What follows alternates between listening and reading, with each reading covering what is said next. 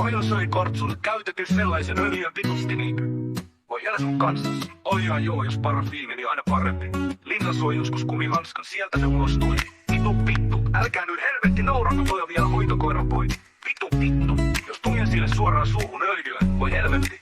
Sori, sun koira sataa paskantaa huomenna tai illalla kortsun.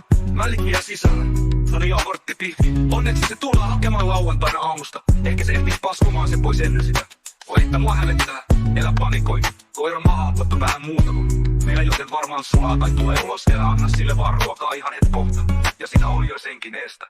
Yritin jo, mutta tuo pikkunen on kova puremaan. Tuli sille suolapallon kurkkuun. Ja se vaan tyytyväisenä nielaisi sen.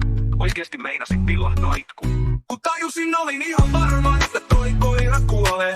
Onneksi olin valmiina liukasteet, niin eikä se kortsu vaan liukuu läpi elimistön. Mielikuva kortsusta liukumassa suolistossani. Otin kansan sille etsit öljyä, etten liukkaria luulisi, että öljyä oli. Mun edellinen koira söi kumihanskan ja se tuli kakan mukana ulos silleen, et sen hanskan sisällä oli kakka pelkälle. Yksi sormi alkoi tulee perseestä. Onnea kortsu koiralle.